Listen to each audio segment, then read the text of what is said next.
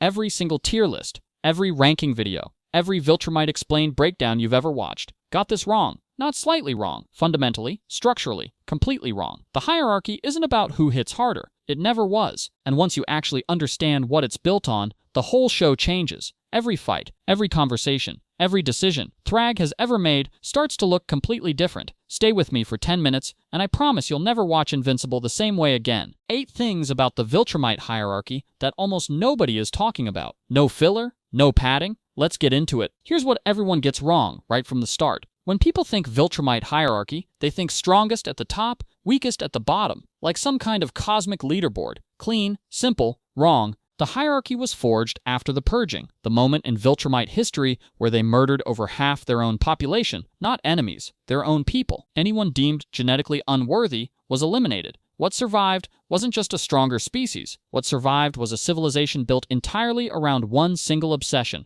never being the weakest thing in the room ever again. So the real rule at the foundation of the entire hierarchy isn't be the strongest. It's never be the one who gets purged next. That is a completely different psychological engine. Strength isn't ambition for Viltrumites. It's survival, and that one distinction explains every weird, brutal, seemingly irrational thing they do across the entire series. Basically, the world's most terrifying HR department. Your annual performance review is a fight to the death. Miss your targets, and you don't get fired. You get deleted. This is the lens you need for everything that follows, because once you understand that the hierarchy is built on existential fear, not pride, Thragg starts making a completely different kind of sense. This is the one that changes everything. Everyone talks about Thragg like he's the undisputed king, the apex, the natural top of the pyramid. He isn't. He was never supposed to be. Thragg is a regent. King Argal, the actual last Viltrumite king, was assassinated with no heirs. Thragg was appointed to hold the empire together. He is a placeholder who turned his placeholder position into a permanent throne by becoming so terrifyingly powerful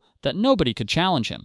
His authority isn't inherited. It isn't legitimate in the way the Viltrumite hierarchy actually defines legitimacy. He built his reign entirely on being the most dangerous living thing in the empire, and betting that nobody would ever be stupid enough to question it. And here is where it gets genuinely fascinating. Thragg knows this. Every single aggressive, paranoid, merciless decision he makes, the obsessive enforcement of strength, the way he dismantles anyone who shows too much potential, it isn't confidence. It's a man who knows his entire claim to power collapses the second someone stronger exists, or someone with a better claim steps forward. The guy running the most terrifying empire in the galaxy is basically a substitute teacher who took things way too far and is now terrified. The real teacher is going to show up. And here's the thing. Season 4 is building toward. Someone with a better claim is about to step forward, which brings us to Omni-Man. And just to be clear before we go further, this isn't about who looks strongest fighting humans on Earth. This is about where Omni-Man actually sits in the broader Viltrumite hierarchy, because those are two completely different things,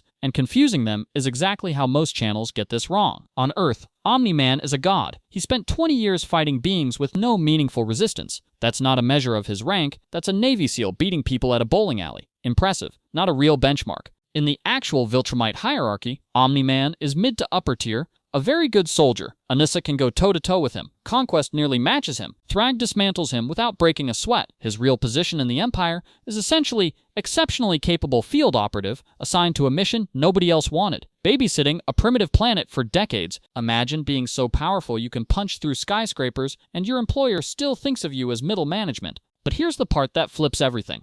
Omni-Man carries royal bloodline, which means his son carries it too, which means the man Thragg appointed himself above. His kid is technically the heir to a throne. Thragg has been illegally sitting on this whole time, and Thragg has known that. Season 4 is the moment that information stops being a secret and starts being a war. Here is the fracture point that almost nobody talks about. The Viltrumite hierarchy has one rule above all others. Legitimacy flows through the royal bloodline, not through strength, not through appointment, through blood. That was the founding principle of the entire power structure, before the Purging, before the Scourge virus, before any of it. And here is the problem. Nolan Grayson, Omni-Man, carries that royal bloodline, which means Mark carries it too, which means the half-human kid that the Empire spent years dismissing as an embarrassing experiment is, by the foundational logic of the hierarchy itself, a more legitimate heir to the Viltrumite throne than the regent who has been sitting on it. Thragg didn't just know this, he actively buried it. The revelation that Mark and Nolan carry royal blood isn't just a plot twist. It's the moment the entire legal and cultural foundation of Thragg's reign collapses. Everything he built, every brutal enforcement of his authority,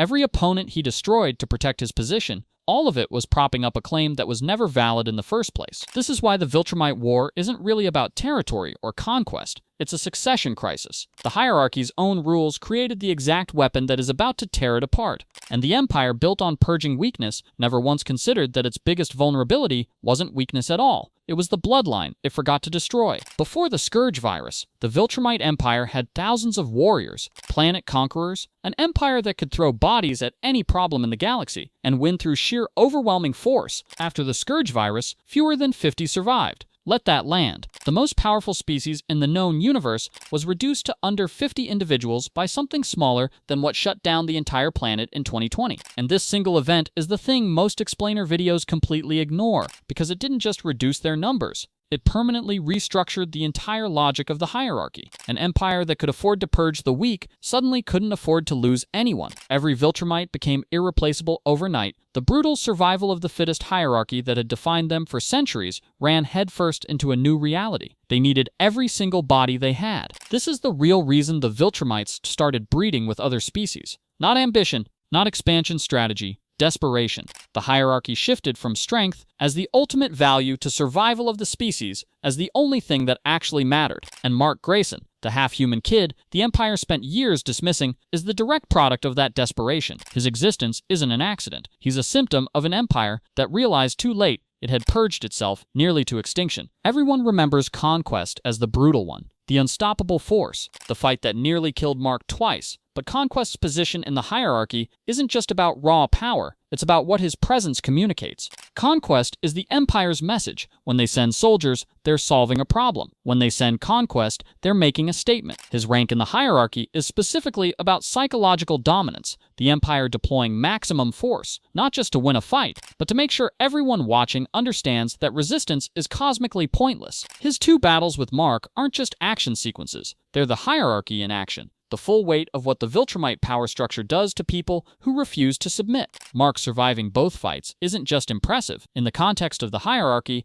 it's almost incomprehensible, and it's a huge part of why what Mark represents terrifies Thragg more than any military threat ever could. Conquest is what happens when you make cruelty a career path and give it a performance bonus. Mark doesn't just become powerful enough to fight Viltrumites. He becomes the one thing the hierarchy was never designed to handle. Someone who refuses to play by its rules, but cannot be killed for it. Every Viltrumite in the hierarchy either submits to the structure or gets destroyed by it. That's the only two options the system was ever built to allow. Mark is the first case in the Empire's entire history where both of those outcomes fail. He won't submit, and he keeps surviving people who should have ended him. That is not just a power scaling story. That is an existential crisis for a hierarchy that has operated on the same two-option logic for thousands of years. And it's why Thragg's obsession with Mark goes so far beyond tactical concern. Mark's very existence is proof that the hierarchy is breakable. Where that arc leads, I'm covering in a full separate video, because that story deserves its own breakdown entirely. Imagine being told your whole life you need to conquer planets. Then you conquer the people who told you that. Everything. Season 4 is building the Viltrumite War, Thragg's mounting desperation, the half-Viltrumite children scattered across the galaxy, Mark's power accelerating past what anyone predicted. It's all circling one central question. What happens when the hierarchy completely breaks? Thragg's reign is illegitimate, and the clock is running out on that secret. The war coming in Season 4 isn't just about territory or dominance.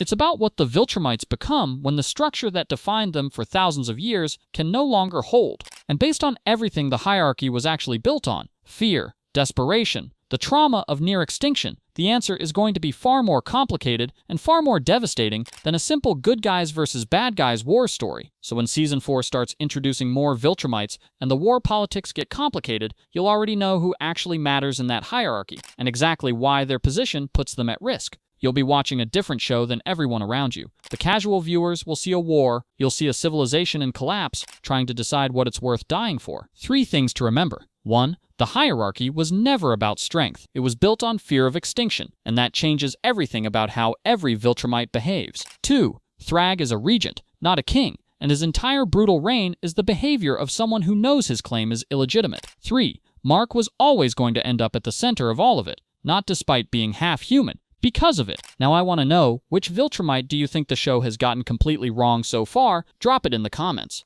I'll be replying to every single answer in the first hour, and if you want every Season 4 breakdown before anyone else covers it, you already know what to do.